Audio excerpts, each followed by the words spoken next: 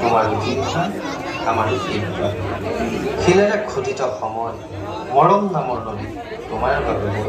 জোৱাৰত সকলো সমান অসমীয়া বুকুক উদং কৰি মৰম নামৰ নদীত গীতিকত জুবিনদা আজি তেওঁ জীৱনৰ শেষৰ সঞ্চলি উপভোগ কৰিবৰ বাবে ভাস্কৰ্য্যতে চিনেমা হলত উপস্থিত হোৱা সকলো দৰ্শকক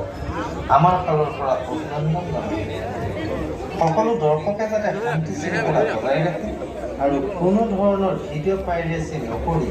অতি সুন্দৰভাৱে ছবিখন উপভোগ কৰে তাৰ বাবে ভাস্কৰজ্যোতি চিনেমা হলৰ তৰফৰ পৰা বিনম্ৰ অনুৰোধ জনাইছো